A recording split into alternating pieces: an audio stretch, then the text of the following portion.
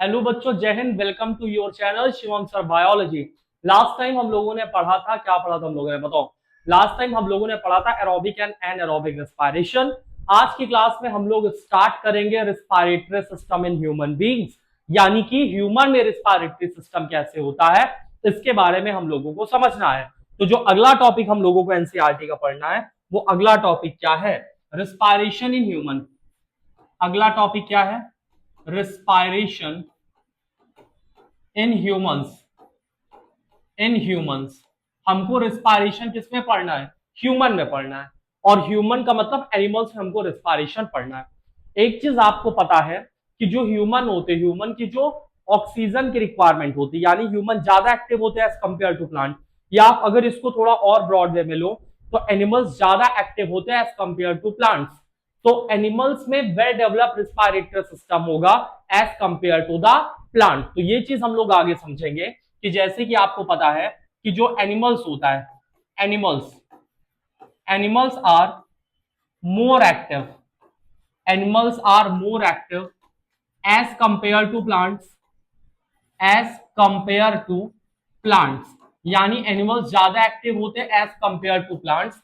That is why that is why that is why the respiratory system, the respiratory system system the respiratory system is more developed is more developed is more developed is more developed, या इसको efficient बोल सकते हो, efficient है ना।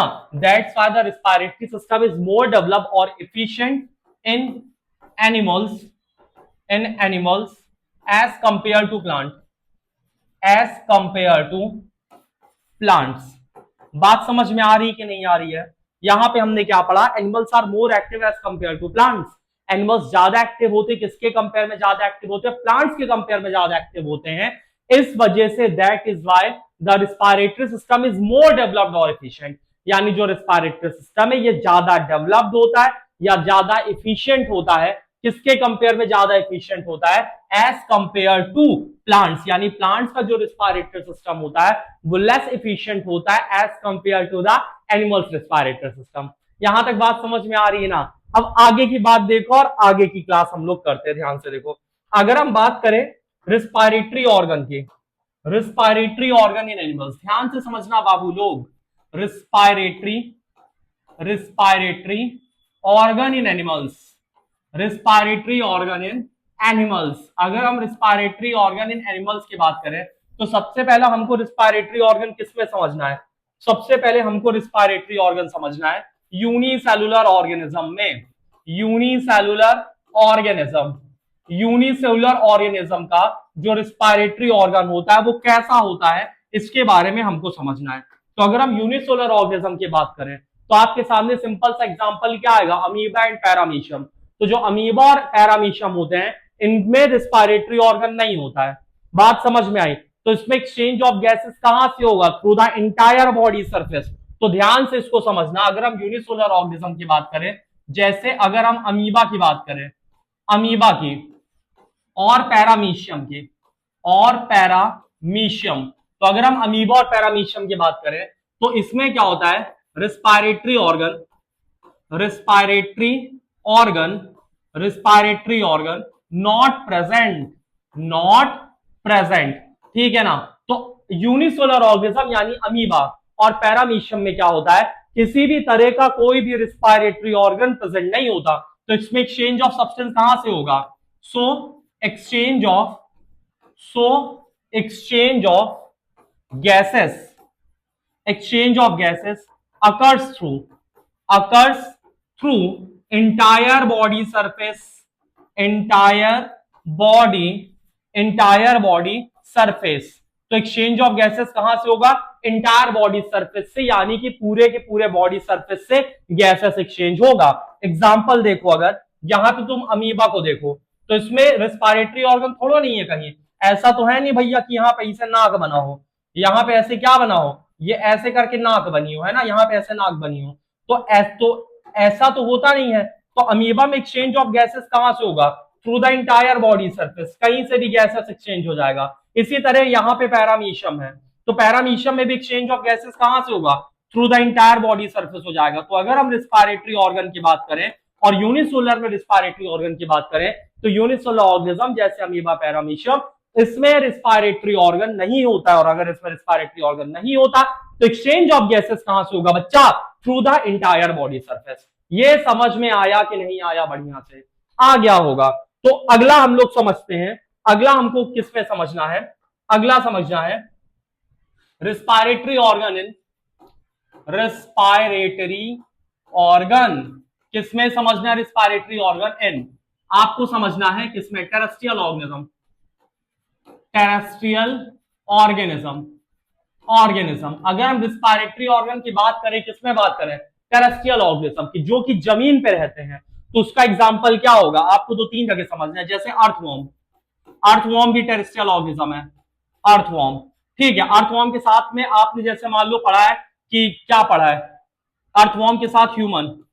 Human में respiratory organ क्या होता है? ठीक है, अर्थवॉर्म में रिस्पायरेटरी ऑर्गन क्या होता है? या फिर मान लो यहाँ पे बर्ड्स हैं, बर्ड्स में रिस्पायरेटरी ऑर्गन क्या होता है? तो इनमें हमको रिस्पायरेटरी ऑर्गन समझना है। और ध्यान से देखो, टेरेस्ट्रियल ऑर्गेनिज्म में रिस्पायरेटरी ऑर्गन क्या होता है। तो अगर हम अर्थवॉर्म की बात करें तो अर्थवॉर्म में रिस्पायरेटरी ऑर्गन क्या होता है? स्किन। तो अर्थवॉर्म में कौन सा रिस्पायरेशन है? Cutaneous respiration. Cutaneous respiration. Respiration, cutaneous respiration का मतलब क्या होता है बच्चा? Respiration through skin. जबकि अगर हम ह्यूमन और बर्ड्स की बात करें तो ह्यूमन और बर्ड्स में क्या होता है? Pulmonary respiration. Pulmonary respiration, respiration. और पल्मोनरी रिस्पायरेशन का क्या मतलब होता है? Respiration through lungs. Respiration through lungs. Respiration through lungs. यहां रिस्पायरेशन कहां से होगा? लंग्स से होगा। तो अगर हम रिस्पायरेटरी ऑर्गन की बात करें टेरेस्ट्रियल ऑर्गेनिज्म में, तो अगर हम अर्थवॉर्म की बात करें तो अर्थवॉर्म में होता है क्यूटेनियस रिस्पायरेशन। जबकि अगर हम ह्यूमन की बात करें, बर्ड्स की बात करें, ठीक है, तो इसमें कैसा रिस्पायरेशन देखने के मिलता है? इसमें देखने के मिलता है पल्मोनरी रिस्पायरेशन, यानी कि रिस्पायरेशन थ्रू लंग्स। यहां तक कोई समस्या तो नहीं है। इसी तरह अगर हम उसमें देखें, फ्रॉग में, ठीक है, अब अगर हम किसकी बात करें? फ्रॉग में, तो फ्रॉग में रिस्पायरेशन कहां से होता है? फ्रॉग का भाई साहब खतरनाक स्ट्रक्चर है। एक तो इसमें रिस्पायरेशन होता है थ्रू गिल्स, मेढक गिल से भी सांस लेता है। और कहां से सांस लेता है मेढक? Cutaneous respiration. क्यूटेनियस रिस्पायरेशन, इसमें क्यूटेनियस रिस्पायरेशन भी होता है। क्यूटेनियस रिस्पायरेशन के बाद इसमें पल्मोनरी रिस्पायरेशन भी होता है। Pulmonary respiration, respiration. तो मेढक में बच्चा लोग तीनों जगह से रिस्पायरेशन होता है। इसमें गिल से भी रिस्पायरेशन होता है, क्यूटेनियस रिस्पायरेशन भी होता है यानी स्किन से भी होता है, साथ साथ में लंग से भी होता है। अब कैसे होगा अलग अलग जगह, इसके बारे में समझो। गिल से कब होता है? जब ये किस स्टेज में होता है? Larval stage. लार्वल स्टेज यानी कि जब ये टैडपोल होता है, टैडपोल होता है तो उसमें गिल्स हो गए। क्यूटेनियस रिस्पायरेशन कहां पे होगा? जब मेढक एडल्ट हो जाता है। जब मेढक एडल्ट हो जाता है तो मेढक में क्यूटेनियस रिस्पायरेशन कहां पे होता है? पानी में। और पल्मोनरी रिस्पायरेशन कहां पे होता है? जमीन में। बात समझ में आ रही ना? क्यूटेनियस रिस्पायरेशन कहां होगा? पानी में। क्यूटेनियस रिस्पायरेशन का मतलब रिस्पायरेशन थ्रू स्किन, जबकि पल्मोनरी रिस्पायरेशन कहां पे होगा? मेढक में, लैंड में होगा। बात समझ में आ रही कि नहीं आ रही? यहां तक कोई समस्या तो नहीं। अगर हम एक्वाटिक ऑर्गेनिज्म की बात करें, अगर हम एक्वाटिक ऑर्गेनिज्म की बात करें, उसमें रिस्पायरेटरी ऑर्गन क्या होगा? सुनो, अगर हम किसकी बात करें बाबू? एक्वाटिक ऑर्गेनिज्म की। एक्वाटिक ऑर्गेनिज्म की, तो यहां पे रिस्पायरेशन कहां से होता है? यहां पे रिस्पायरेशन कहां से होता है? यहां पे रिस्पायरेशन होता है occurs through gills. Occurs through, occurs through gills. तो अगर हम एक्वाटिक ऑर्गेनिज्म की बात करें तो एक्वाटिक ऑर्गेनिज्म में, यानी कि जो पानी में रहते हैं, उनमें रिस्पायरेशन कहां से होगा? तो उनमें रिस्पायरेशन अकर होगा थ्रू द गिल्स। गिल्स से रिस्पायरेशन होगा। ठीक है, तो इनमें रिस्पायरेशन कहां से होता है? गिल्स से रिस्पायरेशन होता है। फिश करती क्या है? ध्यान से देखो, fish take dissolve oxygen, take dissolve oxygen through mouth, through mouth with water, with water. आपको पता है कि जब मछली सांस लेगी तो मछली सांस कहां से लेगी? बताओ, फिश सांस कहां से लेगी? मतलब फिश में रिस्पायरेशन कहां से होगा? ऑक्सीजन से, ऑक्सीजन कहां है, पानी में डिसॉल्व है। तो फिश क्या करेगी, जो डिसॉल्व ऑक्सीजन है पानी में, फिश अपने मुंह में पानी लेगी, पानी के साथ डिसॉल्व ऑक्सीजन चला जाएगा। इसके बाद क्या करेगी, उसको पुश करेगी कहां, गिल्स की तरफ। तो फिश क्या करती है, fish take dissolve oxygen through mouth with water and push it towards the gills, push it towards the gills. उसको कहां पे पुश कर देगी, गिल्स की तरफ पुश कर देगी। फिर गिल्स क्या करता है, gills take, gills separate, gills separate oxygen from, gills separate oxygen from water. फिर गिल्स क्या करेगा, ऑक्सीजन को सेपरेट कर लेगा। कहां से सेपरेट कर लेगा, वाटर से सेपरेट कर लेगा। इसके बाद एक और चीज आपकी एनसीईआरटी में लिखी हुई है एक्टिविटी में, अपर्कुलम। अपर्कुलम क्या होता है, कवरिंग ऑफ गिल्स। अपर्कुलम क्या होता है बाबू, कवरिंग ऑफ गिल्स, यानी कि जो गिल्स की कवरिंग होती है उसको हम लोग क्या बोलते हैं बाबू, अपर्कुलम बोलते हैं। यहां तक बात समझ में आई। अब इसी में हमको एक चीज और समझना, rate of breathing. Rate of breathing terrestrial organism में ज्यादा होता है कि एक्वाटिक ऑर्गेनिज्म में ज्यादा होता है। तो अगला टॉपिक सुनो, अगला टॉपिक है आपके एनसीईआरटी का रेट ऑफ ब्रीथिंग। अगला टॉपिक है rate of breathing, rate of breathing. अगर हम रेट ऑफ ब्रीथिंग की बात करें तो रेट ऑफ ब्रीथिंग क्या होता है, rate of breathing is, rate of breathing is, rate of breathing is higher in aquatic organism, in aquatic organism as compared to terrestrial organism,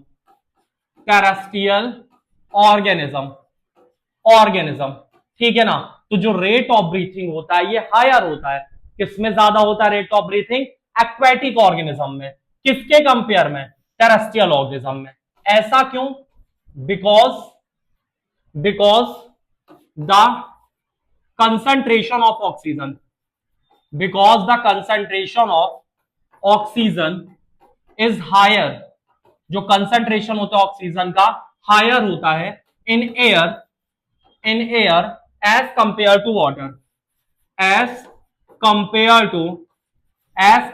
to water. इसका क्या मतलब है बच्चा, इसको तुमको समझाते ध्यान से देखो। अगर जैसे मान लो कि यहाँ पे ये कोई ऑर्गेनिज्म है, ये कहां पे रहता है, पानी में रहता है। ये यहाँ पे कोई एक ऑर्गेनिज्म है, ये कहां पे रहता है, जमीन पे रहता है। और इसको जमीन से क्या लेनी है, ऑक्सीजन, यानी एयर से इसको ऑक्सीजन लेना है, और इसको भी पानी से क्या लेना है, ऑक्सीजन। लेकिन जो पानी में ऑक्सीजन है, ऑक्सीजन लेस है, कम है, जबकि लैंड पे जो ऑक्सीजन है, एटमॉस्फेयर में ऑक्सीजन है, वो ज्यादा है। तो अगर इसको जितनी ऑक्सीजन लेनी है, इसको कम बार सांस लेना पड़ेगा उतनी ऑक्सीजन लेने के लिए, और इसको उतनी ही ऑक्सीजन लेने के लिए ज्यादा बार सांस लेना पड़ेगा, क्योंकि वहां पे ऑक्सीजन जो पानी में है वो क्या है, कम है। इसको तुम इस तरह से समझ सकते हो कि अगर तुम्हारा हाथ 2 बोरी में डाल दिया जाए और बोला जाए भैया तुमको काजू निकालना है, बोरी से 100 काजू निकालना है, और बोरी में आपका हाथ डाला जाए, तो आप कितने बार में 100 काजू निकाल लोगे, है ना, 1-2 बार में निकाल लोगे। अगर बहुत ज्यादा आपसी को एक बार में निकाल के बैठ जाओ 100 काजू। लेकिन अगर वहीं पे फैला दिया जाए पूरे कमरे में काजू काजू दूर दूर, अब तुमको वही 100 काजू उठाने में कितने बार हाथ चलाना पड़ेगा, may be 25 bar, may be 30 बार। समझ बात आ रही कि नहीं आ रही। इसी तरह जो टेरेस्ट्रियल ऑर्गेनिज्म होता है, यानी जो ऑर्गेनिज्म जमीन में रहते हैं, वहां पे एयर होती है ना। टेरेस्ट्रियल ऑर्गेनिज्म ऑक्सीजन कहां से लेंगे, एयर से लेंगे, और जो एयर में डिसॉल्व ऑक्सीजन होती है वो 20-21% के आसपास होती है। तो उनको ऑक्सीजन, वो एक बार सांस लेंगे उनको इनफ ऑक्सीजन मिल जाएगी। जबकि अगर जितनी ऑक्सीजन टेरेस्ट्रियल ऑर्गेनिज्म को एक मिनट में चाहिए, अगर उतनी ऑक्सीजन एक्वेटिक ऑर्गेनिज्म को एक मिनट में लेनी पड़ेगी, तो इनमें जो रेट ऑफ ब्रीथिंग होगी वो क्या होगी, ज्यादा। इसी वजह से यहां पे लिखा हुआ है कि rate of breathing is higher in aquatic organism. जो रेट ऑफ ब्रीथिंग है हायर है, किसमें हायर है, एक्वेटिक ऑर्गेनिज्म में, as compare to terrestrial organism. किसके कंपेयर में, टेरेस्ट्रियल ऑर्गेनिज्म के कंपेयर में। Because the concentration of oxygen is higher, यानी जो कंसंट्रेशन होता है, जो अमाउंट ऑफ ऑक्सीजन होता है ज्यादा होता है। कहां ज्यादा होता है? एयर में ज्यादा होता है एज कंपेयर टू वाटर, यानी पानी में जो डिजोल्व ऑक्सीजन है वो कम है एज कंपेयर टू एयर। तो जो रेट ऑफ ब्रीथिंग होगी वो टेरेस्ट्रियल ऑर्गेनिज्म में कम होगी, एक्वेटिक ऑर्गेनिज्म में ज्यादा होगी। यहां तक कोई प्रॉब्लम तो नहीं है ना? आगे हम लोग समझते हैं, अगला टॉपिक है रिस्पायरेशन इन ह्यूमन। स्टार्ट करते हैं, ध्यान से देखो। अगला है respiratory organ of human. Respiratory organ of human. Human के रिस्पायरेटरी ऑर्गन की बात करते हैं, लेकिन उसको बात करने से पहले सबसे पहले हम फीचर्स ऑफ रिस्पायरेटरी ऑर्गन देखेंगे, ठीक है? तो स्टार्ट करते हैं हम लोग। Feature of respiratory organ. Feature of respiratory organ, ठीक है? फीचर ऑफ रिस्पायरेटरी ऑर्गन की बात करते हैं कि रिस्पायरेटरी ऑर्गन में क्या क्या फीचर होने चाहिए। ध्यान से समझना क्या क्या फीचर हमको चाहिए रिस्पायरेटरी ऑर्गन में। सबसे पहला फीचर रिस्पायरेटरी ऑर्गन में क्या होना चाहिए? सबसे पहला फीचर होना चाहिए it increase the surface area. It increase the surface area for the gaseous exchange. For the gaseous exchange. तो सबसे पहला फीचर जो रिस्पायरेटरी ऑर्गन में होना चाहिए वो ये होना चाहिए कि वो सरफेस एरिया बढ़ा दे गैसियस एक्सचेंज के लिए। यहां तक बात समझ में आई? दूसरा फीचर क्या होना चाहिए रिस्पायरेटरी ऑर्गन में? दूसरा फीचर होना चाहिए it should be thin walled, या इट शुड बी फाइन और delicate. It should be fine और डेलिकेट, यानी जो रिस्पायरेटरी ऑर्गन की मेम्ब्रेन होनी चाहिए बहुत पतली होनी चाहिए। इससे होगा क्या? इट शुड बी फाइन और delicate so that exchange of gases easily occur. So that exchange of gases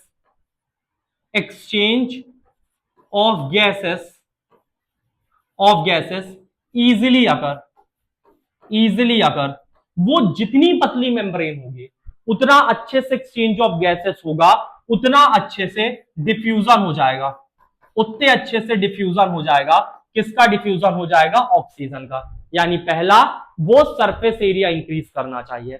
जैसे इंसान के केस में जो इंसान का एल्वियोलाई होता है उसका सरफेस एरिया करीब 80 मीटर स्क्वायर होता है। हमारे एल्वियोलाई सरफेस एरिया कितना होता है? 80 मीटर स्क्वायर। इसी तरह अगर दूसरा फीचर उसमें क्या होना चाहिए? It should be fine and delicate. वो फाइन और डेलिकेट होना चाहिए, यानी एकदम नाजुक सा होना चाहिए, जिससे कि आसानी से उससे डिफ्यूजन हो जाए, गैसेस एक्सचेंज हो जाए। तीसरा फीचर क्या होना चाहिए? इट शुड बी मॉइस्ट, क्योंकि जब मॉइस्ट होता है तो गैसेस एक्सचेंज आसानी से होता है। और चौथा फीचर होना चाहिए it should be well protected. वो वेल प्रोटेक्टेड होना चाहिए। It should be well protected and placed inside the body. वो वेल प्रोटेक्टेड होना चाहिए और हमारे बॉडी के अंदर होना चाहिए। इससे फायदा क्या होगा कि वो प्रोटेक्टेड रहेगा। जैसे लंग्स होता है हमारा, लंग्स में सारे फीचर हैं। पहला feature it increase the surface area, तो एल्वियोलाई तक पहुंचता है। इसका it should be fine and delicate, alveoli की वॉल बहुत थिन होती है।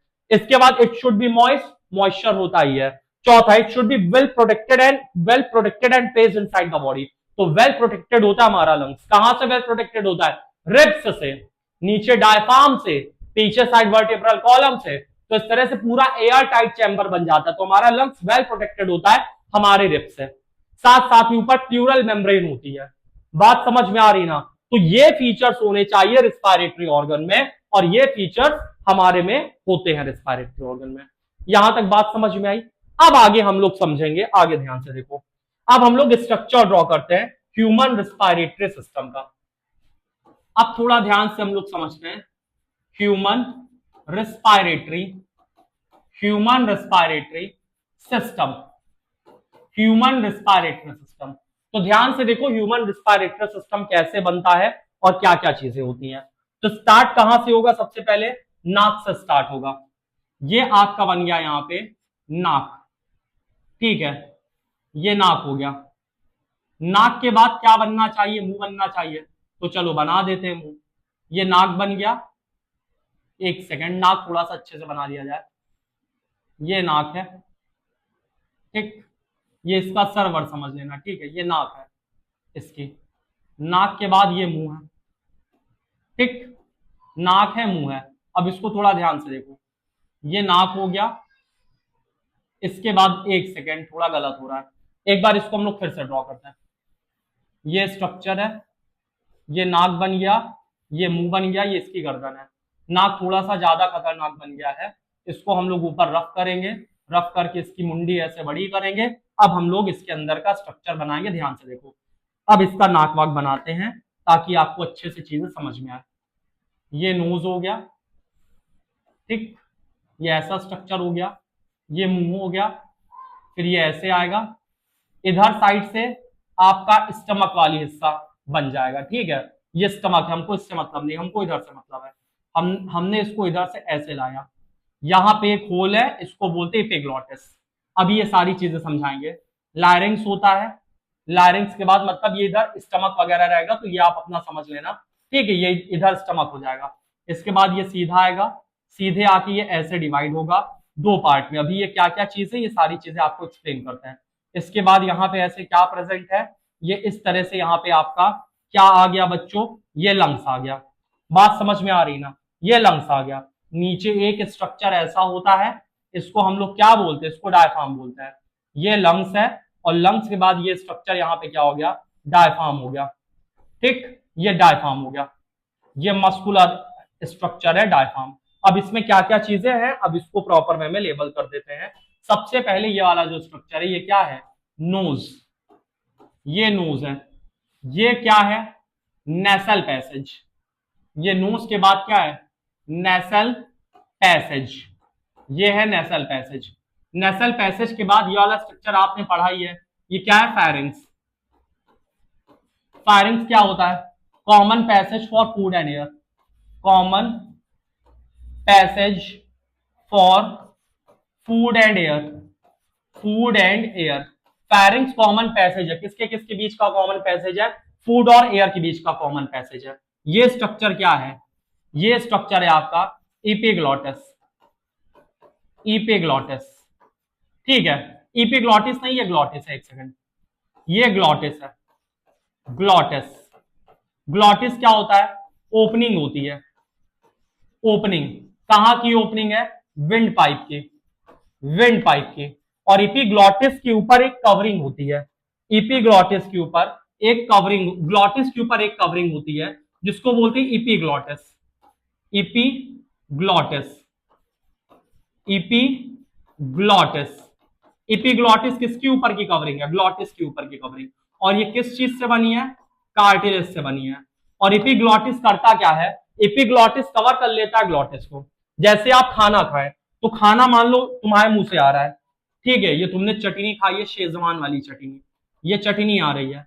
अब चटनी इधर चली जाए, इधर ना आए, तो इधर चटनी ना आए, इसके लिए यहाँ पे क्या प्रेजेंट होता है, इधर चटनी ना, इसके लिए यहाँ क्या प्रेजेंट होता है, इसलिए यहाँ पे एक ढक्कन, एक एक होल है, जिससे कि इसके अंदर से एयर जाएगी। इस होल को हम लोग क्या बोलते हैं, इस होल को हम लोग बोलते हैं एपिग्लॉट। इस होल को बोलते हैं ग्लॉटिस। लेकिन जो इसके ऊपर ढक्कन लगा होता है, कार्टिलेजिनस फ्लैप होता है, उसको बोलते हैं एपिग्लॉटिस। तो एपिग्लॉटिस क्या करता है, एपिग्लॉटिस कवर करता है ग्लॉटिस को, जिससे कि विंड पाइप में फूड ना आने पाए। बात समझ में आ रही ना। इसके बाद क्या क्या स्ट्रक्चर होता है, ध्यान से देखो। इसके बाद यहां पे एक स्ट्रक्चर ऐसे बनता है, एक स्ट्रक्चर ऐसे बनता है। इस स्ट्रक्चर को हम लोग क्या बोलते हैं, लायरिंग्स। लायरिंग्स। लायरिंग्स क्या है बच्चा, साउंड बॉक्स। लायरिंग्स क्या है, साउंड बॉक्स। यहां तक बात समझ में आ रही कि नहीं आ रही है। इसके साथ साथ में जो लंग्स होता है, लंग्स के ऐसे दो मेम्ब्रेन होती हैं, इसको बताते हैं ये क्या है। सारी सारी चीजें आराम से देखते चलो, और सारी चीजें आराम से यहाँ पे आपको समझते चलना है। ध्यान से देखो। इसके बाद यहाँ पे इस तरह से स्ट्रक्चर होता है जो हमारे ट्रैकिया को सपोर्ट करता है। ऐसा स्ट्रक्चर होता है जो हमारे ट्रैकिया को सपोर्ट करता है, ठीक है। तो इसके बाद कौन सा स्ट्रक्चर है, ये वाला स्ट्रक्चर है तुम्हारा ट्रैकिया। ये क्या है तुम्हारा, ट्रैकिया। ट्रैकिया। और ट्रैकिया के चारों तरफ क्या है? ट्रैकिया के चारों तरफ है कार्टिलेज रिंग। कार्टिलेज रिंग ये क्या करता है? ये प्रिवेंट करता है, ये प्रिवेंट करता है collapse of trachea. Collapse of trachea, ये ट्रैकिया को कोलैप्स होने से बचाता है। अब ट्रैकिया कोलैप्स कैसे होगा? जैसे मान लो कि पाइप से पानी जा रहा है, एक पतली सी पाइप से पानी जा रहा है। अब उस पाइप में क्या हुआ कि पानी जाना बंद हो गया, तो उस देर के लिए वो कोलैप्स कर जाएगा। इसी तरह जब यहां से एयर नहीं जाएगी तो कोलैप्स हो सकता है। तो इसको कोलैप्स होने से बचाने के लिए ट्रैकिया, यानी कि जो आपकी विंड पाइप होती है, जो आपकी विंड पाइप है, विंड पाइप को कोलैप्स होने से बचाने के लिए क्या प्रेजेंट होता है? ट्रैकिया के चारों तरफ कार्टिलेज की रिंग प्रेजेंट होती है। इसके बाद ये जो आपका लंग्स है, इस लंग्स के चारों तरफ की ये जो कवरिंग है, इसको बोलते हैं प्लूरल मेम्ब्रेन। ये कौन सी मेम्ब्रेन है? Pleura membrane. Pleura membrane. और इस प्लूरा मेम्ब्रेन के अंदर एक फ्लूइड भरा होता है, एक फ्लूइड भरा होता है जिसको बोलते हैं प्लूरल फ्लूइड। इस दोनों मेम्ब्रेन के बीच में एक फ्लूइड भरा होता है। इस फ्लूइड को हम लोग क्या बोलते हैं? इस फ्लूइड को हम लोग बोलते हैं प्लूरल फ्लूइड। ठीक है, इसको क्या बोलते हैं? Pleural fluid. इसको बोलते हैं प्लूरल फ्लूइड। प्लूरल फ्लूइड, इसका फंक्शन क्या होता है? जब हमारा लंग्स कॉन्ट्रैक्ट करता है और एक्सपैंड करता है, कॉन्ट्रैक्ट करता है और एक्सपैंड करता है, तो ये फ्रिक्शन को रोकता है। समझ बात आई? तो प्लूरल फ्लूइड क्या करता है? ये क्या करता है? रिड्यूस करता है फ्रिक्शन, रिड्यूस करता है फ्रिक्शन। किसके किसमें फ्रिक्शन रिड्यूस करेगा? मेम्ब्रेन्स के बीच में फ्रिक्शन को रिड्यूस करने का काम कौन करता है? प्लूरल फ्लूइड करता है। यहां तक बात समझ में आई? इसके बाद ये तुम्हारा लंग्स है। अब जब लंग्स में क्या आया? ट्रैकिया। ट्रैकिया फिर यहां पे आके दो पार्ट में देखो डिवाइड हो गया। ट्रैकिया आगे आके दो पार्ट में डिवाइड हो गया। इसको हम लोग क्या बोलते हैं? इसको हम लोग क्या बोलते हैं? ध्यान से देखो, ये जो दो पार्ट में डिवाइड हो गया, इसको हम लोग बोलते हैं ब्रोंकाई। इसको हम लोग क्या बोलते हैं? ब्रोंकाई। फिर ब्रोंकाई ये फर्दर अलग अलग ब्रांचेस में डिवाइडेड होता है। ये जो ब्रोंकाई है ये ऐसे ब्रांचेस में डिवाइडेड होता है, ऐसे ये ब्रांचेस में डिवाइड हो जाएगा। ठीक है, तो यहाँ पे जो ब्रोंकाई होगा, ये ब्रोंकाई है। ब्रोंकाई ऐसे ऐसे ब्रांचेस में डिवाइडेड हो जाएगा, ब्रोंकाई ऐसे ऐसे ब्रांचेस में डिवाइडेड हो जाएगा। ठीक है ना बच्चा? तो जब ब्रोंकाई ब्रांचेस में डिवाइडेड हो जाएगा, इसको बोलते हैं ब्रोंकियोल्स। इसको क्या बोलते हैं? ब्रोंकियोल्स। ब्रोंकियोल्स, ब्रोंकाई ब्रांचेस में डिवाइडेड हो गया, इसको क्या बोलेंगे? ब्रोंकियोल्स। और फिर ब्रोंकियोल्स के बाद ये लास्ट में बलून लाइक स्ट्रक्चर होता है। ब्रोंकियोल्स के बाद ये बलून लाइक स्ट्रक्चर होता है, इसको हम लोग क्या बोलते हैं? एल्वियोलाई। ये क्या है? एल्वियोलाई। तो एल्वियोलाई कैसा स्ट्रक्चर है? Balloon like structure. एल्वियोलाई है बलून लाइक स्ट्रक्चर। यहां तक बात समझ में आ रही है? यहां तक कोई दिक्कत तो नहीं है? एक बार फिर से समझो और एक बार इसको फिर से देखो, एक बार इसको फिर से समझो और फिर से देखो। ये यहाँ पे क्या प्रेजेंट है? ये यहाँ पे प्रेजेंट है ब्रोंकाई। ब्रोंकाई ये आगे डिवाइड हो रहा है, किसमें डिवाइड हो रहा है? ब्रोंक्यूल्स में। और ब्रोंक्यूल्स भी primary bronchioles, secondary bronchioles, tertiary bronchioles, terminal bronchioles तक जाता है। बात समझ में आई? और इसके बाद जब ये लास्ट में आता है तो लास्ट में इसमें एक ऐसे बैलून लाइक स्ट्रक्चर बन जाता है, और उस बलून लाइक स्ट्रक्चर को हम लोग क्या बोलते हैं? एल्वियोलाई बोलते हैं। और जो एल्वियोलाई होता है richly supplied with blood vessels होता है। ध्यान देना, यहाँ पे एल्वियोलाई जो होता है ना, एल्वियोलाई क्या होता है? Richly supplied with blood vessels. जो एल्वियोलाई होता है, एल्वियोलाई क्या होता है? Richly supplied with blood vessels. इसको कहां लिखें? यहां लिख देते हैं। एल्वियोलाई क्या होता है? Richly supplied with blood vessels. Richly supplied with blood vessels, with blood vessels. अब यहां पे एल्वियोलाई जो होता है richly supplied with blood vessels होता है, यानी एल्वियोलाई में ब्लड वेसल्स से रिचली सप्लाइड होता है, जिससे कि आसानी से इसमें गैसेस एक्सचेंज वगैरह जो भी होता है वो होता है। यहां तक कोई प्रॉब्लम तो नहीं है? इसके बाद जो आपके लंग्स होते हैं, अभी हमने आपको बताया आपका लंग्स कैसे प्रोटेक्टेड होता है? रिब्स से प्रोटेक्टेड होता है। तो रिब्स कैसे होती है? ध्यान से देखो, ये यहां पे रिब्स है, ये यहां पे आपकी क्या है? रिब्स। तो इस तरह से यहां पे ऐसे 12 पेयर ऐसे रिब्स होती हैं। ठीक है, पूरा हम यहां पे काउंट करके नहीं बना रहे हैं, लेकिन आप ध्यान से समझना, ये यहां पे क्या प्रेजेंट है? ये रिब्स प्रेजेंट है। क्लियर है ना? ये यहां पे क्या प्रेजेंट है? रिब्स। और रिब्स के बीच में एक मसल होती है, जिसको हम लोग कौन सी मसल बोलते हैं? Intercostal muscle. तो इंटरकोस्टल मसल कहां प्रेजेंट होती है? इंटरकोस्टल मसल प्रेजेंट होती है बिटवीन द रिब्स। यहाँ पे ये इंटरकोस्टल मसल है, और इंटरकोस्टल मसल किसके बीच में प्रेजेंट होती है? रिब्स के बीच में प्रेजेंट होती है। तो ध्यान से समझना, ध्यान से समझना, ये यहाँ पे क्या है? रिब्स। ये यहाँ पे क्या है? रिब्स। और रिब्स के बीच में जो मसल है, रिब्स के बीच में जो मसल है, इस मसल को क्या बोलते हैं? Intercostal muscle. ये कौन सी मसल है?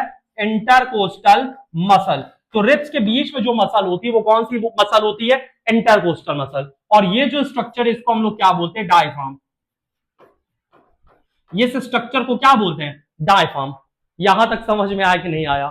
थोड़ा सा लग रहा है कि मतलब स्ट्रक्चर थोड़ा कॉम्प्लिकेटेड हो गया है, लेकिन कोई बात नहीं, कॉम्प्लिकेटेड थोड़ा सा हुआ है और सारी चीजें आपको इसमें अच्छे से समझ में आ जाएगी। और अभी हम इसका पूरा वो समझा देंगे, ठीक है? रिस्पायरेटरी पैसेज अभी हम आपको प्रॉपर वे में समझा देंगे। देखो होता क्या क्या है यहाँ पे, क्या क्या चीजें, इसके बारे में तुमको बताते हैं। सांस तुमने सबसे पहले कहां से लिया? नोज से लिया। तो सबसे पहले सांस कहां से लिया? नोज से। तो नोज नंबर 1 हो गया। फिर एयर कहां गई? नेसल पैसेज में गई। यहां तक कोई समस्या तो नहीं है। नेसल पैसेज के बाद कहां गई? फायरिंग्स में। Firings is the common passage for food and air. Firings के बाद कहां गई? ट्रैकिया में एयर। फायरिंग्स के बाद कहां गई? ट्रैकिया में। किससे होती हुई गई? ग्लॉटिस। ग्लॉटिस ओपनिंग है विंड पाइप की, इसके ऊपर ढक्कन होता है एपिग्लॉटिस, और यहां पे जस्ट नीचे होता है लैरिंक्स। लैरिंक्स यानी कि साउंड बॉक्स। फिर ट्राइकिया से एयर कहां जाती है? ट्राइकिया से एयर जाती है ब्रोंकाई में। ब्रोंकाई से कहां जाती है? ब्रोंक्यूल्स। ब्रोंक्यूल से कहां जाती है? Alveoli. And alveoli is the site of gases exchange, and alveoli is richly supplied with the blood vessels. आया कि नहीं आया समझ में? अब हम लोग थोड़ा सा रिस्पायरेटरी पैसेज समझ लेते हैं। और लंग से चारों तरफ दो मेम्ब्रेन होती है, उसको बोलते हैं प्लूरल मेम्ब्रेन, और इसमें जो फ्लूइड भरा होता है प्लूरल फ्लूइड होता है, जो कि फ्रिक्शन वगैरह रिड्यूस करने का काम करता है। तो आगे ध्यान से देखो और अगली चीज अब हम लोग समझते हैं और अगली चीज के बारे में यहां पे पढ़ते हैं। तो अगर हम रिस्पायरेटरी पैसेज की बात करें, रिस्पायरेटरी पैसेज की बात करें, पैसेज की बात करें, और बाकी आपने यहां पे दो चीज देखा ही है। ये कौन सी मसल है? रिब्स। और रिब्स के बीच में कौन सी मसल है? Intercostal muscle. Inter COSTAL, intercostal muscle. ठीक है, तो रिब्स के बीच में इंटरकोस्टल मसल होती है जो इंस्पायरेशन और एक्सपायरेशन में मदद करती है। देखो अगला है respiratory passage. Respiratory passage human का हमको पढ़ना है। देखो हम लोगों ने जो अभी पढ़ा है इसको एक बार फिर से समझ लेते हैं। सबसे पहले क्या प्रेजेंट है? देखो नोज। नोज के बाद एयर कहां जाती है बताओ? Nasal passage. Nasal passage. Nasal passage के बाद कहां जाती है? फायरिंग्स। फायरिंग्स के बाद कहां जाती है? ट्रैकिया। लेकिन फायरिंग्स के बाद जब ट्रैकिया में जाती है तो किससे होती हुई जाती है? लायरिंग्स। लायरिंग्स क्या है? Sound box. ट्रैकिया से कहां जाती है बताओ? ट्रैकिया से जाती है ब्रोंकाई। ब्रोंकाई। ब्रोंकाई से कहां जाएगी? ब्रोंकियोल्स। और ब्रोंकियोल्स प्राइमरी होता है, सेकेंडरी होता है, टर्शरी होता है, और टर्मिनल ब्रोंकियोल्स होता है। ये आप लोग 11th क्लास में पढ़ोगे, तो अभी ब्रोंकियोल्स पढ़ के आगे उसको निपटा दो। ब्रोंकियोल्स के बाद कहां आएगी एयर? एल्वियोलाई। और alveoli is the site of gases exchange. अब एक एक चीज आपको बताते हैं, ध्यान से देखो क्या होता है। जो नाक होती है, नाक में क्या होता है? तो नाक में आपके फाइन हेयर होता है। फाइन हेयर, छोटे छोटे बाल होते हैं। इनका फंक्शन क्या होता है? ये ट्रैप करता है डस्ट पार्टिकल। Dust particle. और साथ साथ में नेसल पैसेज में आपके क्या होता है? म्यूकस। म्यूकस कैसा सब्सटेंस होता है? स्टिकी सब्सटेंस होता है। तो ये क्या करता है? ये स्टिक कर लेता अपने पास। स्टिक का मतलब चिपका लेता है। किसको चिपका लेगा अपने पास? बैक्टीरिया को चिपका लेगा। और किसको चिपका लेगा? डस्ट पार्टिकल को चिपका लेगा। समझ बात आई? इसके साथ साथ में यहां पे एक चीज और होता है। इस पूरे पैसेज में एक चीज और होता है। क्या होता है? कि जो एयर होती है, एयर अगर एयर को क्या किया जाता है? मॉइस्ट किया जाता है, यानी हवा मॉइस्ट हो जाती है। और साथ साथ में जो हवा होती है, हवा वार्म हो जाती है। वार्म होने का मतलब गर्म हो जाती है। क्यों गर्म हो जाती है? मान लो आप यहां से रशिया चले गए, अब रशिया में ठंडी बहुत ज्यादा है, सांस लोगे पता चला बर्फे जम गई नाक के अंदर, निपट गए। तो इस वजह से जो नेसल पैसेज वगैरह होता है, ये क्या करता है? जो भी आप एयर इनहेल करोगे उसको गर्म कर देगा, वार्म कर देगा। कितना गर्म करेगा? क्या उबाल देगा? नहीं, इस एयर को वार्म करेगा बॉडी टेम्परेचर के बराबर। कितना वार्म करेगा? बॉडी टेम्परेचर के बराबर, और इसको मॉइस्ट भी कर देगा। ठीक है, इसके बाद एयर कहां पहुंची? फायरिंग्स। फायरिंग्स के बाद कहां पहुंची? ट्रैकिया। जो ट्रैकिया होता है, ट्रैकिया के चारों तरफ क्या प्रेजेंट रहती है? Cartilage ring. तो ट्रैकिया के चारों तरफ क्या प्रेजेंट होती है? कार्टिलेज की रिंग।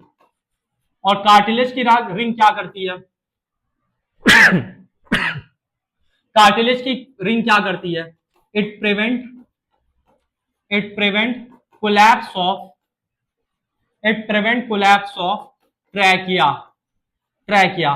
कार्टिलेज की रिंग क्या करती है? ट्रैकिया को कोलैप्स होने से बचाती है। फिर ट्रैकिया फर्दर डिवाइड होता है किसमें? ब्रोंकाई। ब्रोंकाई से क्या बनता है? ब्रोंक्यूल्स। ब्रोंक्यूल्स के बाद क्या होता है? एल्वियोलाई। तो जो एल्वियोलाई होता है, एल्वियोलाई आपको कुछ ऐसा स्ट्रक्चर दिखेगा, ये एल्वियोलाई है। और एल्वियोलाई के फीचर यहां पे लिखते हैं, ध्यान से देखो। एल्वियोलाई क्या होता है? Alveoli is balloon like structure. यहां पे जो एल्वियोलाई है, एल्वियोलाई, एल्वियोलाई कैसा स्ट्रक्चर है? Balloon like structure. Balloon like structure. और ये क्या होता है? It is richly supplied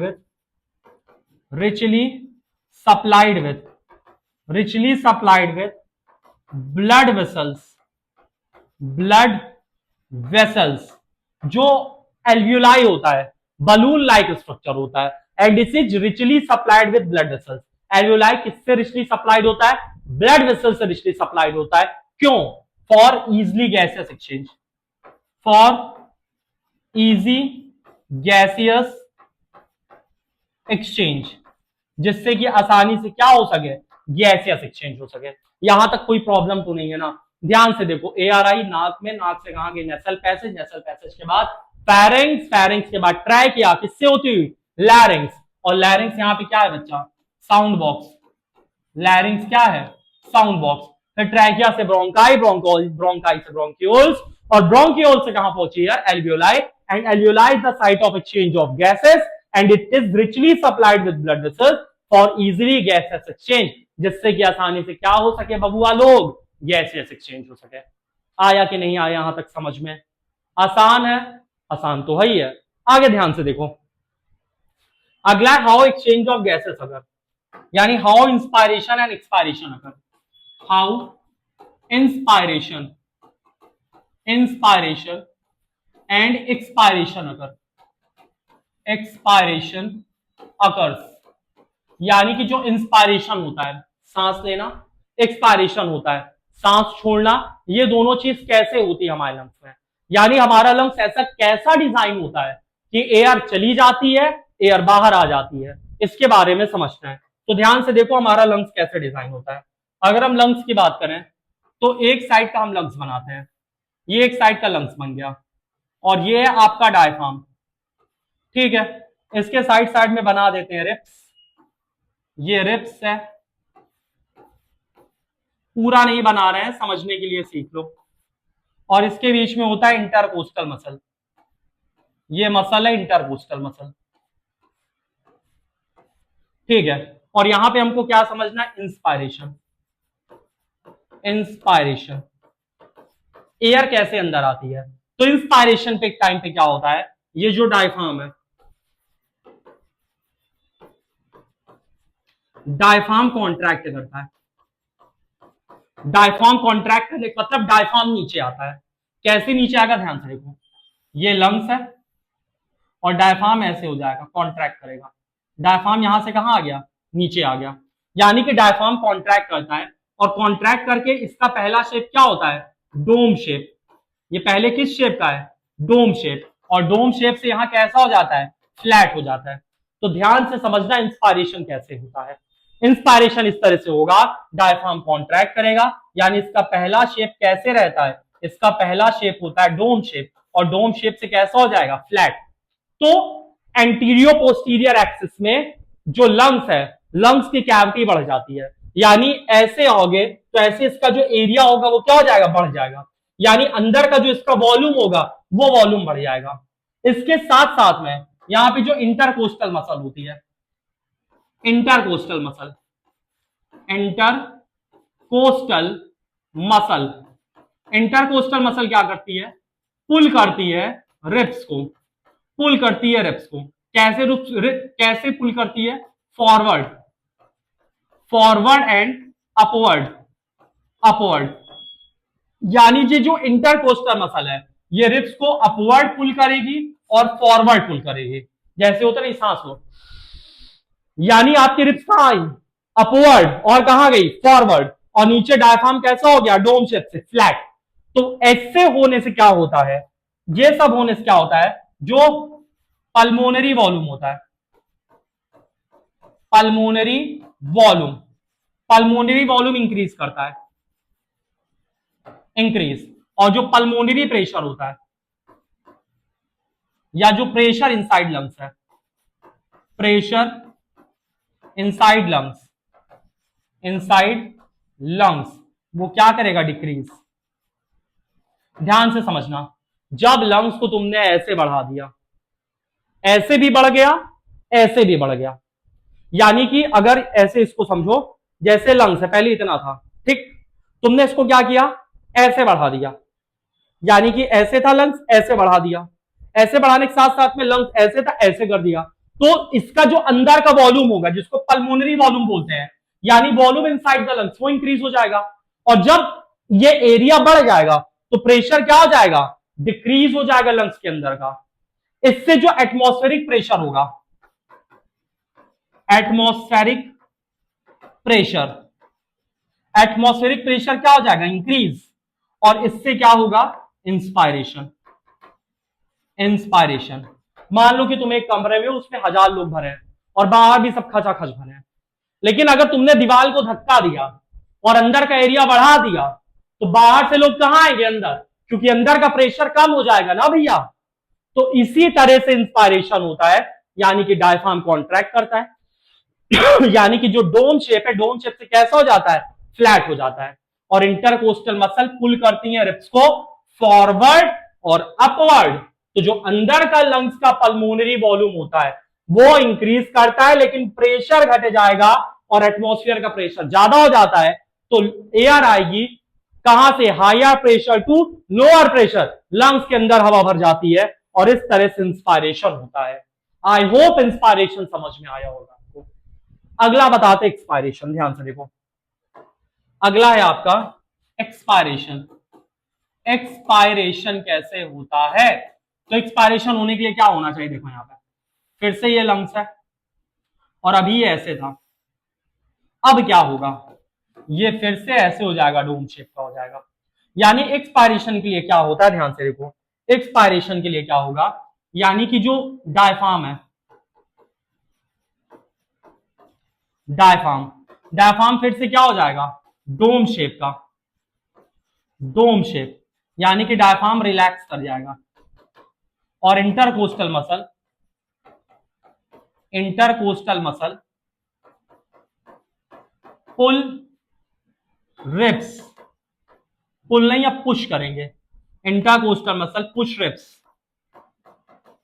push ribs backward, backward, यानी कि ये भी क्या हो जाएंगे, रिलैक्स हो जाएंगे। और इनके रिलैक्स होने से क्या होगा, जो वॉल्यूम होगा, volume inside lungs, inside lungs, volume inside lungs decrease,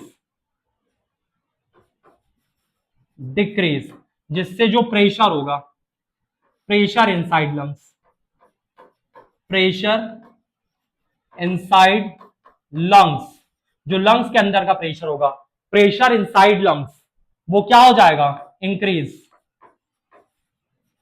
और इससे क्या होगा, एक्सपायरेशन, एक्सपायरेशन। ध्यान से देखो, जो रिप्स वगैरह होंगी वो सब अंदर आ जाएंगे, रिप्स वगैरह क्या होंगे, अंदर की तरफ, जो इंटरकोस्टल मसल होगा वो रिप्स को अंदर की तरफ पुश कर देगा, जिससे कि जो लंग्स बड़ा हो गया था वो छोटा हो जाएगा। तो जो लंग्स का वॉल्यूम होगा वो क्या हो जाएगा, डिक्रीज होगा। वहीं यहां पे लिखा हुआ है कि वॉल्यूम इनसाइड लंग्स डिक्रीज, यानी लंग्स के अंदर का वॉल्यूम कम हो जाएगा और प्रेशर बढ़ जाएगा, क्योंकि अब जो हवा भरी थी प्रेशर तो बढ़ ही जाएगा क्योंकि वॉल्यूम कम हो गया है। और जब वॉल्यूम कम हो गया, प्रेशर कम हो जाएगा, तो इससे क्या होगा, एक्सपायरेशन होगा। यहां तक बात समझ में आई कि नहीं आई? और ये सारी चीजें करने से एयर हमारे अंदर आएगी और बाहर चली जाएगी। कोई समस्या तो नहीं है ना? अब आगे सुनो, अब आगे सुनो, आगे समझो। आगे, how oxygen and carbon dioxide transported in body, transported in body. Oxygen और कार्बन डाइऑक्साइड बॉडी में कैसे ट्रांसपोर्ट होता है? तो अगर ऑक्सीजन ट्रांसपोर्ट की बात करें, ऑक्सीजन ट्रांसपोर्ट की बात करें तो 97% ऑक्सीजन ट्रांसपोर्टेड, ट्रांसपोर्टेड थ्रू, कौन ट्रांसपोर्ट करता है? RBC, red blood cell, in the form of, in the form of oxy haemoglobin, oxy haemoglobin.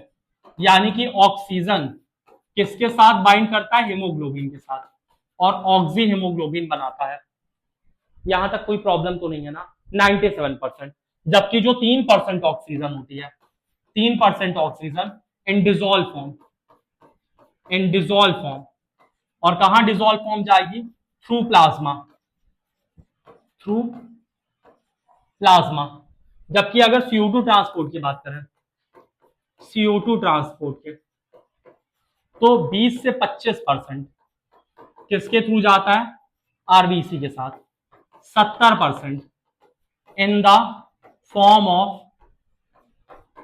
Bicarbonate ion, bicarbonate ions. जबकि 5 to 7% कैसे ट्रांसपोर्ट होता है? 5 से 7% होता है in dissolve form, in dissolve form through plasma, through plasma. यहां तक बात समझ में आई कि नहीं आई? यहां तक कोई समस्या तो नहीं है? अब एक चीज और तुम करो अपने साथ, क्या करना है? सांस लो और सांस छोड़ो, छोड़ दिए, अब उतने में और सांस छोड़ो, और ताकत लगाओ, और सांस छोड़ो, और ताकत लगाओ। लेकिन क्या आप अपने लंग्स की पूरी एयर निकाल सकते हो बाहर? नहीं निकाल सकते। आप कितना भी एयर बाहर निकाल लो अपने लंग्स से, लेकिन फिर भी आपके लंग्स में कुछ ना कुछ हवा भरी रहेगी। उसको हम लोग बोलते हैं रेसिडुअल वॉल्यूम। और जितनी हवा आप आसानी से ले लेते हो, इंस्पायरेशन करते हो और एक्सपायरेशन करते हो, वो क्या होता है? Tidal volume. तो ध्यान से देखो, आप कितनी एयर इनहेल करते हो, उसको क्या बोलते हैं? Tidal volume, tidal volume, tidal volume. Tidal volume क्या होता है? Amount of air, amount of air inhale and exhale, exhale under normal respiration. इसको क्या बोलते हैं? Tidal volume. कितना होता है? 500 ml। टाइडल वॉल्यूम कितना होता है? 500 ml। 500 ml ही होता है ना टाइडल वॉल्यूम। एक बार इसको चेक कर लिया जाए, टाइडल वॉल्यूम कितना होता है? टाइडल वॉल्यूम वैसे 500 ml है, कई टाइम से रिवीजन नहीं किए हैं। टाइडल वॉल्यूम, टाइडल वॉल्यूम कितना होता है? वही 500 ml, ठीक है। Amount of that move in and out of the lungs, ठीक है। टाइडल वॉल्यूम कितना होता है बच्चा? 500 ml होता है, सही है। तो टाइडल वॉल्यूम कितना होता है? 500 ml। तो the amount of air inhale and exhale under normal condition, आप कितनी सांस लेते हो, कितनी सांस छोड़ते हो नॉर्मल कंडीशन के अंदर, वो टाइडल वॉल्यूम है। इसके बाद रेसिडुअल वॉल्यूम क्या है? रेसिडुअल वॉल्यूम, रेसिडुअल वॉल्यूम क्या होता है? Amount of air, amount of air remain in lungs, remain in lungs after, after forcible, forcible expiration, expiration is called, is called residual volume, residual volume। यानी कि जो amount होता है air का, जो लंग्स में बचा रह जाता है, कैसे बचा रह जाता है? After a forcible expiration, forcible expiration के बाद, यानी पूरी ताकत लगा के भी आप कितनी भी एयर बाहर निकाल लो, फिर भी आपके लंग्स में कुछ ना कुछ एयर रहेगी। उसको हम लोग क्या बोलते हैं? उसको हम लोग बोलते हैं रेसिडुअल वॉल्यूम। ये कितना होता है? 1100 से 1200 ml। तो रेसिडुअल वॉल्यूम बच्चा कितना होता है? 1100 से 1200 ml होता है, ठीक है। एक बार इसको भी थोड़ा सर्च कर लेते हैं, टाइडल वॉल्यूम के साथ रेसिडुअल वॉल्यूम, हालांकि सही ये भी है, residual volume, RESIDU, residual volume, ये भी कितना होता है 1100 से 1200 ml, सही है। तो रेसिडुअल वॉल्यूम आपका 1100 से 1200 ml होता है, यानी कि आप कितनी भी ताकत लगा लो, कितनी भी ताकत से एयर को अपने बॉडी से पूरी लंग्स से बाहर निकाल दो, लेकिन फिर भी एक फिक्स अमाउंट ऑफ एयर आपके लंग्स में भरी रहेगी, जिसको बोलते हैं रेसिडुअल वॉल्यूम।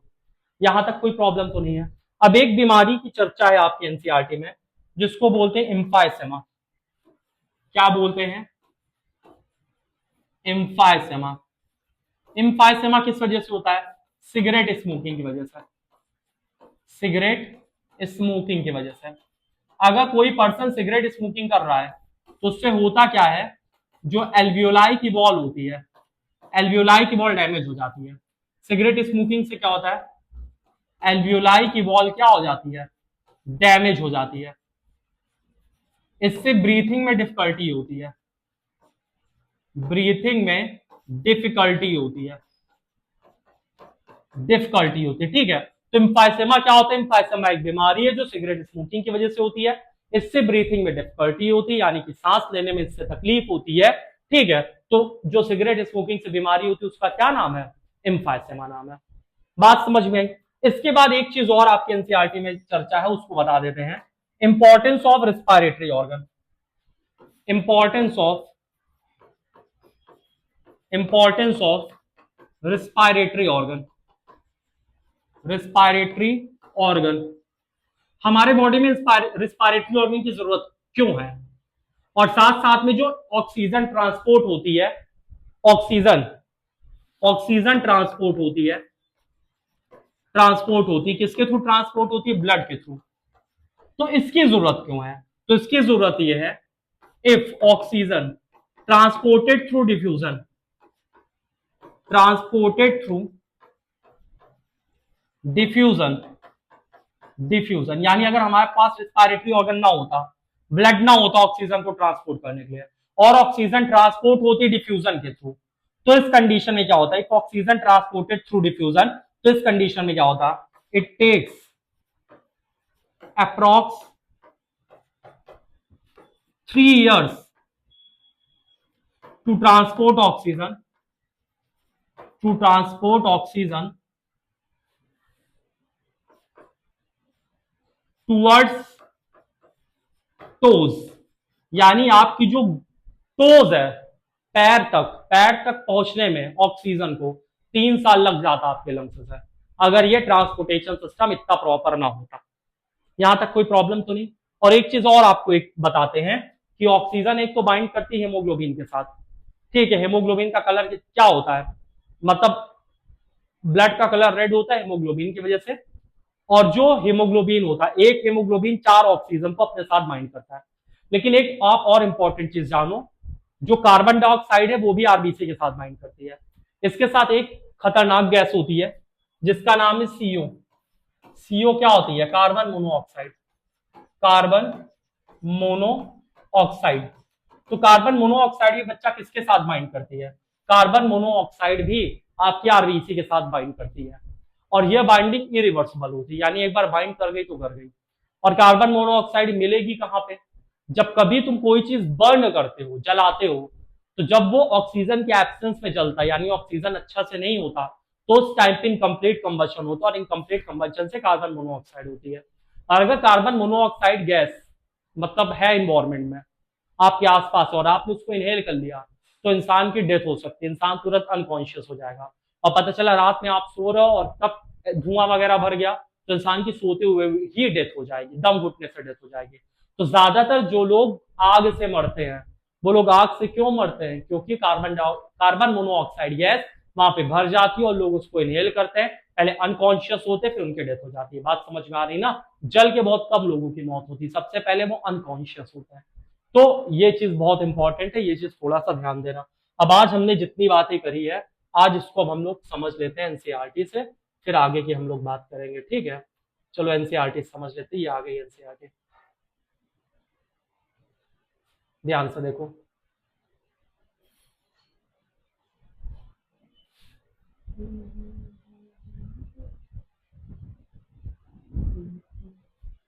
चलो एनसीईआरटी से इसको देख लेते हैं, एनसीईआरटी पढ़ना बहुत इंपॉर्टेंट है। स्मॉल इंटेस्टाइन, लार्ज इंटेस्टाइन, ये वो, ये सब तो हो गया था ना कल लास्ट टाइम, ये सब हो गया था। ये यहाँ पे पढ़ते हैं हम लोग, यहाँ पे animals have evolve different organs, ये वाला पार्ट देखो। जितना बताएं आपको पूरा एनसीईआरटी से ही आपको बताया, ध्यान से समझना इसको, ठीक है। देखो, animals have evolve different organ for Uptake of oxygen. Animal में अलग अलग ऑर्गन इवॉल्व होते हैं ऑक्सीजन अपटेक के लिए। यूनिसेलुलर ऑर्गेनिज्म में ऐसा कुछ नहीं होता। अर्थवॉर्म में क्यूटेनियस हो रहा है ना, साथ साथ में बुकगल्स, बुकलम्स होता है, ठीक है। कुछ ऑर्गेनिज्म में तो अलग अलग ऑर्गन होते हैं। From the environment and for getting rid of carbon dioxide produce, terrestrial animal can breathe the oxygen in atmosphere. Terrestrial animal oxygen कहाँ से लेते हैं? एटमॉस्फेयर से। जबकि जो एनिमल वाटर में रहते हैं वो ऑक्सीजन, कैसी ऑक्सीजन लेते हैं? डिजोल्व ऑक्सीजन लेते हैं वाटर से। यहां तक बात समझ में आ रही है? अब आगे देखो, ऑब्जर्व फिश इन एक्वेरियम। अब यहाँ पे क्या बोल रहा है? आपको ऑब्जर्व करना है फिश को एक्वेरियम में, ठीक है। To open and close their mouth and gill slits और the operculum which cover the gill slits. Operculum क्या होती है? कवरिंग होती है गिल स्लिट्स के ऊपर के। Behind their eyes also open and close, यानी जितने बार वो अपना मुंह खोलती है उतने बार उनका गिल्स भी ओपन होता है। Count the number of time the fish open and close its mouth, compare this to number of time you breathe. तो अगर हम लोग खुद की बात करें तो हम लोग 1 मिनट में कितने बार सांस लेते हैं? 15 से 18 बार। मछली में कितने बार चलता है? करीब 60 बार तक पहुंच जाता है। तो जो रेट ऑफ ब्रीथिंग है वो फिश में ज्यादा है कंपेयर टू हम लोगों के। बात समझ में आ रही है ना? क्योंकि इनके आसपास जो ऑक्सीजन है वो ऑक्सीजन क्या है? कम है। आगे देखो, since the amount of dissolved oxygen is fairly low compared to amount of oxygen in air, the rate of breathing in aquatic organism is much faster than the terrestrial organism। यानी कि जो rate of breathing है वो aquatic organism में ज्यादा होती है terrestrial organism के कंपेयर में, यानी हम लोगों के कंपेयर में।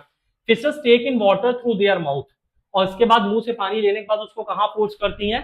अपने गिल्स में, जहां पे जो डिजोल्व ऑक्सीजन है वो कौन ले लेता है? ब्लड ले लेता है। इसके बाद आगे देखो, टेरेस्ट्रियल ऑर्गेनिज्म क्या करते हैं? टेरेस्ट्रियल ऑर्गेनिज्म क्या करते हैं? Terrestrial organism use the oxygen in atmosphere for respiration. This oxygen is absorb by different organ in different animal.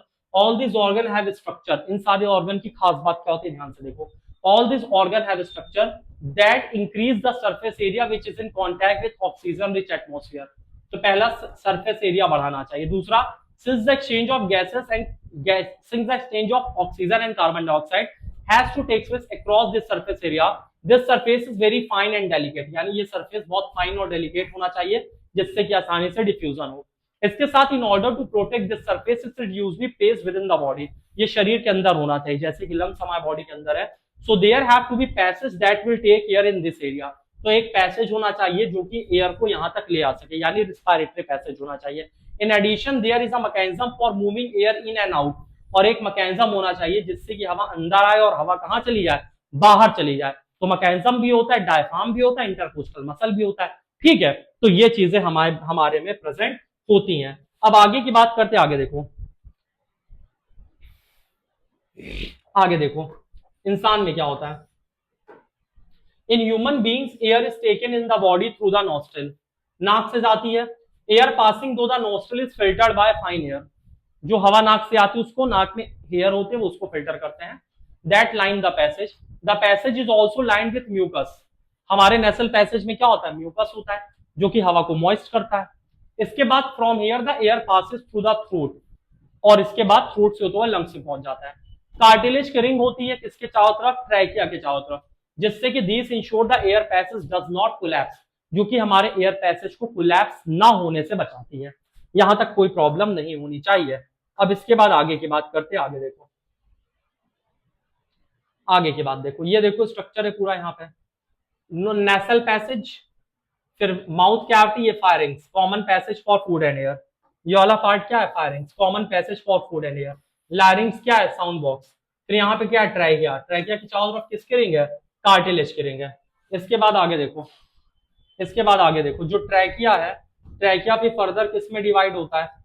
Trachea. Trachea पर फर्दर किस में डिवाइड होता है? ब्रोंकाई। ये आया ट्रैकिया, ये आया ट्रैकिया। ट्रैकिया किस में डिवाइड हो रहा है? ट्रैकिया आपका डिवाइड हो रहा है यहाँ पे ब्रोंकाई में। ट्रैकिया यहाँ किस में डिवाइड हो रहा है?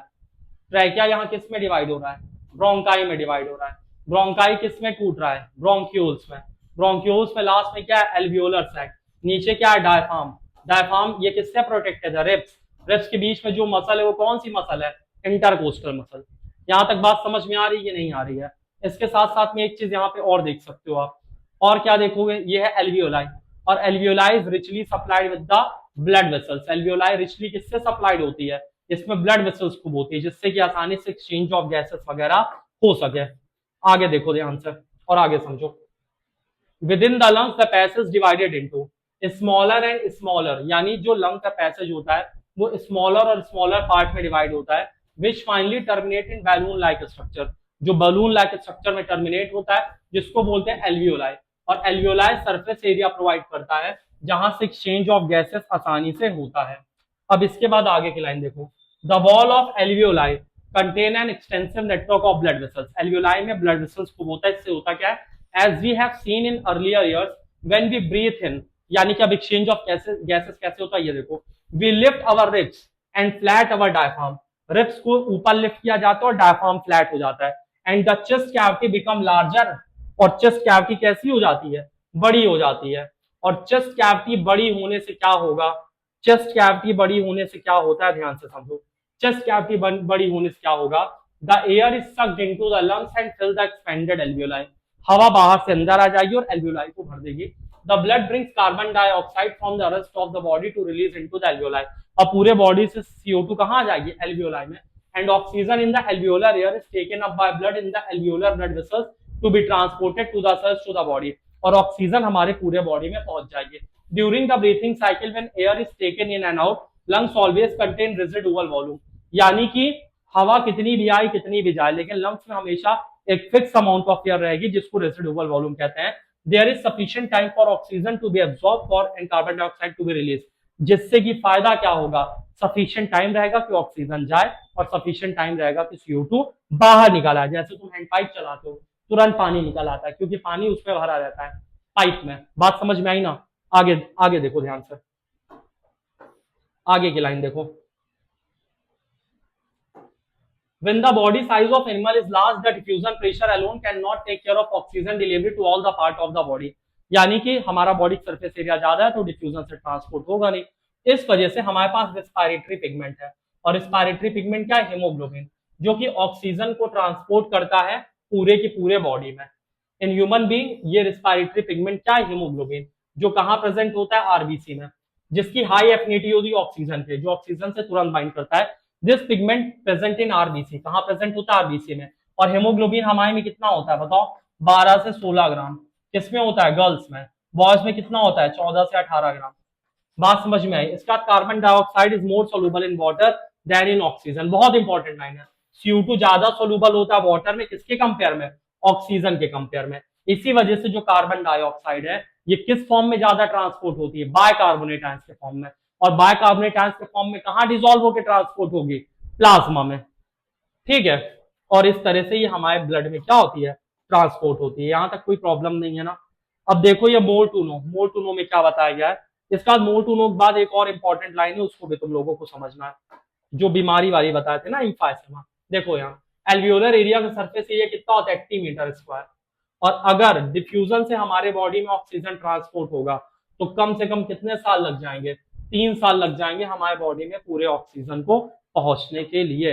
बात समझ में आ रही कि नहीं आ रही है? इसके बाद यहाँ पे ये वाला स्ट्रक्चर देखो, ये वाला।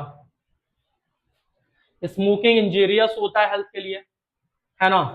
Smoking is injurious to the health. Smoking है तो फिर हेल्थ के लिए इंजीरियस होगा। और इससे मेन कैंसर होता है। ठीक है। इससे जो सीलिया होती है डिस्ट्रॉय हो जाती है। हमारे रिस्पायरेटरी ट्रैक में सीलिया होती है। सीलिया का काम क्या होता है रिस्पायरेटरी ट्रैक में? जो भी जम्स वगैरह है, जो भी डस्ट पार्टिकल है, उन डस्ट पार्टिकल को बॉडी बाहर निकालना। स्मोकिंग डिस्ट्रॉय कर देता है हेयर को, जिससे कि हार्मफुल केमिकल लंग्स में जाते हैं और इससे इन्फेक्शन वगैरह भी हो सकता है। ठीक है। तो स्मोकिंग वगैरह नहीं करना चाहिए। और इससे बीमारी वाली ये यहाँ पे बताया गया है कि हमको टोबैको वगैरह नहीं खाना चाहिए, है ना? टोबैको वगैरह खाने से क्या होता है? कैंसर वगैरह होने के चांसेस ज्यादा रहते हैं। इसके बाद यहाँ पे आप लोग कुछ क्वेश्चन देख लो। ये क्वेश्चन देख लो। What advantage you are an aquatic organism does a terrestrial organism with regard to obtaining oxygen for respiration? यानी कि एक्वेटिक ऑर्गेनिज्म को जो होता है, एक्वेटिक यानी पानी में पाए जाने वाले ऑर्गेनिज्म, उनको क्या घाटा होता है और हमको क्या फायदा होता है?